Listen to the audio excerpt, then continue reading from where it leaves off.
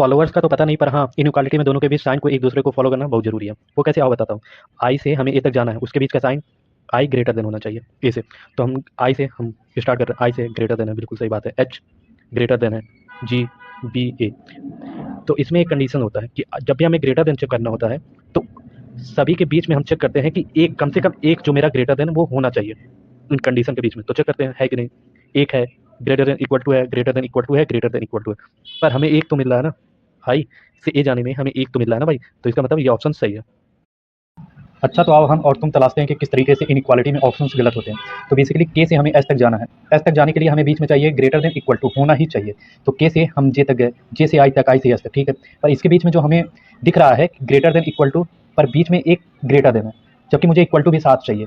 तो यहाँ ये सेटिस्फाई नहीं कर रहा हमारे जो ऑप्शन में दिया है स्टेटमेंट में। तो इसका मतलब ये जो हमारा ऑप्शन है वो गलत है। सो की रात नहीं, 19 अक्टूबर की सुबह को अभी पीएसपीओ का पेपर है जिसमें सीरीज के क्वेश्चन आते हैं और तुम गलत कर देते हो। कैसे सही करोगे और बताता हूँ। जैसे ये अल्फा न्यूमेरिक सीरीज आती है, ये क्वेश्चन है हमारा। इसमें ऑप्शन ये है कि मुझे फाइंड आउट करना है कि which of the following is the fifth to the left of 11 letter from the left. तो मुझे ऐसे पढ़ के ऐसे करोगे कि लेफ्ट कौन है फिर उसके लेफ्ट में ये जाना, ऐसे नहीं। लेफ्ट दिखा, फिफ्थ दिखा, लेफ्ट दिखा, 11 दिखा। तो जब सेम सेम जैसे लेफ्ट आ गया दोनों सेम सेम है, तो हम क्या करते हैं माइनस कर देते हैं। तो फिफ्थ यहाँ, 11 यहाँ, फिफ्थ में से 11 अगर माइनस करेंगे, 11 में से फिफ्थ अगर माइनस कर देते हैं तो मेरे पास बचता है कितना, 6। तो और लेफ्ट हैंड से, तो लेफ्ट हैंड से 6 3 3, यानी जड़ जो होगा वो हमारा आंसर होगा। Thank you for watching. धरती तो नहीं खत्म होगी पर तुम्हारे स्ट्रगल खत्म हो सकती है अगर ये क्वेश्चन तुमसे बनने लगे। कैसे बनाओगे आओ बताता हूँ।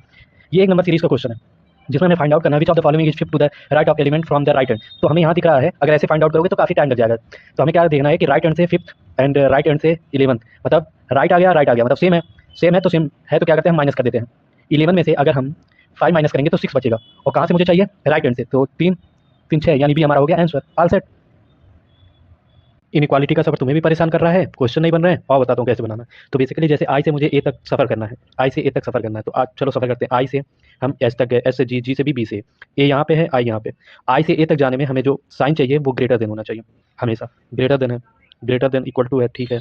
पर यहाँ तो अपोजिट साइन आ गया ना, यहाँ भी अपोजिट साइन। इसका मतलब जब भी हमें आई से ए तक का सफर करने में उसके अपोजिट साइन आते हैं, इसका मतलब वो सफर गलत है, यानी ऑप्शन भी गलत है।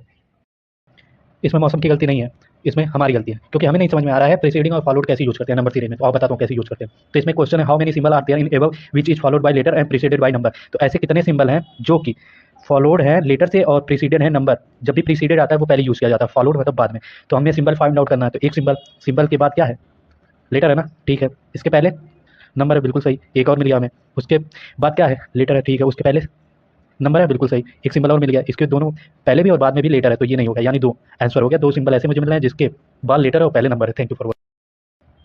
तुम्हें कुछ समझ में आया, और समझाता हूँ कैसे करते हैं। तो विच of the following number will be fourth from right hand. तो पूछ रहा है कि राइट हैंड से मुझे फोर्थ नंबर चाहिए। तो राइट हैंड से मैं सर्च करते हुए गया, 7 मुझे 1 मिला, 2 मिला, 3 मिला, 4, यानी 6 हमारा राइट हैंड से फोर्थ नंबर है, यानी 6 is answer. Wait a minute, ये सीख के जाओ। जब भी नंबर सीरीज में हम क्या करते हैं कि क्वेश्चन दिया विच of the following will be fourth from left hand, तो हम क्या करते हैं लेफ्ट हैंड से मुझे नंबर चाहिए फोर्थ वाला। तो 1 2 3 4, यानी 3 हमारा जो है वो आंसर हो गया। मेरा भी एक ही राय रहेगा कि क्यों नहीं हो रही है पढ़ाई, क्यों नहीं हो रही है। Maternal uncle paternal uncle relation बनाने में दिक्कत आ रही है, और बताता हूँ कैसे ब्लड रिलेशन में बनाते हैं।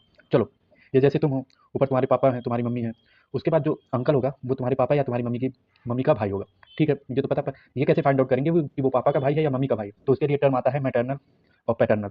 तो अगर पापा का वो भाई है तो वो होगा पैटर्नल अंकल, अगर वो मम्मी का भाई है तो वो होगा maternal uncle. And that's it, ऐसे ही रिलेशन बनाते हैं, दैट्स ऑल। 1 लाख की टिकट नहीं, सैलरी है बैंक पीओ की, कोल्ड प्ले नहीं और ब्लड प्ले सिखाता हूँ। वो कैसे और बताता हूँ। ये आप हो, उसके ऊपर जो है आपके फादर है, मदर है, एक ऊपर जनरेशन में, नीचे वाले जनरेशन में आपकी बेटी है, आपका बेटा है। उसके बाद हम क्या करते हैं, जो भी मेल है उसे हम प्लस से, जो भी फीमेल है उसे हम माइनस से डिनोट करते हैं, ताकि बाद में हमें याद रहे सारी चीजें। उसके बाद क्या करते हैं कि ये आप हो, आपके सेम जनरेशन में आपके सिस्टर होगी, आपके ब्रदर होंगे, आपके ऊपर वाले जनरेशन में आपके फादर होंगे, आपकी मदर होंगी, आपके नीचे वाले जनरेशन में डॉटर होगी और सन होगा। तो ये सिस्टर जो कि फीमेल है तो माइनस से, ये प्लस से, सन आपका प्लस से, ये माइनस से। उसके बाद हम क्या करते हैं, ये जो सन है ना, इसके ऊपर वाली जनरेशन को जो फादर है आपके, उसे हम बोलेंगे ग्रैंड फादर, और फादर को अगर हम देखेंगे तो जो सन होगा वो उनका क्या होगा, ग्रैंड सन। उसी तरीके से मदर भी होगी ग्रैंड मदर। ये जो भाई है ना, वहाँ जाके सबको गाली दे रहा है, सोच रहा है ये कूल लगेगा, पर कूल लगने और समझदार होने में 1-2 जनरेशन का गैप होता है। वो कैसे, अब बताता हूँ। ये भाई है, ये मान लो जजेस है, जजेस क्या कर रहे हैं, एक मीडिएटर के थ्रू इससे बात कर रहे हैं, पर ये सोच रहा है कि ये अपर जनरेशन में इनके, पर ये है इनका ग्रैंड सन। कैसे, जो ये जजेस हैं इनके भी सन्स हैं, उन सन का ये सन है।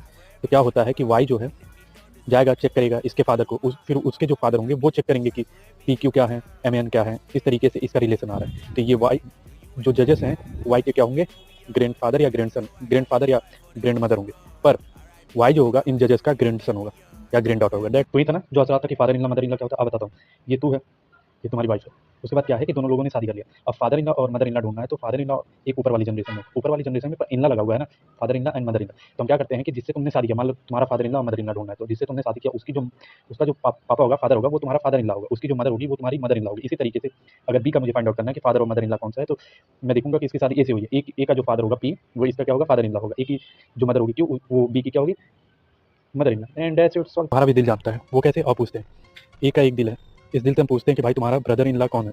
तो ए कह रहा है कि जिससे मेरी शादी हुई है, बी से इसकी शादी हुई है, बी का जो भाई होगा वही इसका ब्रदर इन लॉ होगा, ठीक है।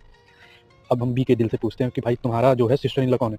तो बी कह रहा है कि जो जिससे मेरी शादी हुई है, ए से इसकी शादी हुई, ए की जो सिस्टर है, जब ए की सिस्टर है तो वही इसकी क्या होगी, बी की sister in law. And that's it. गलत बात है मास्टर, सिस्टर इन लॉ तो मिलती है पर साथ में ब्रदर इन लॉ भी मिलता है, जो कि बदतमीजी करने पे बहुत मारता है। वो कैसे, और बताता हूँ।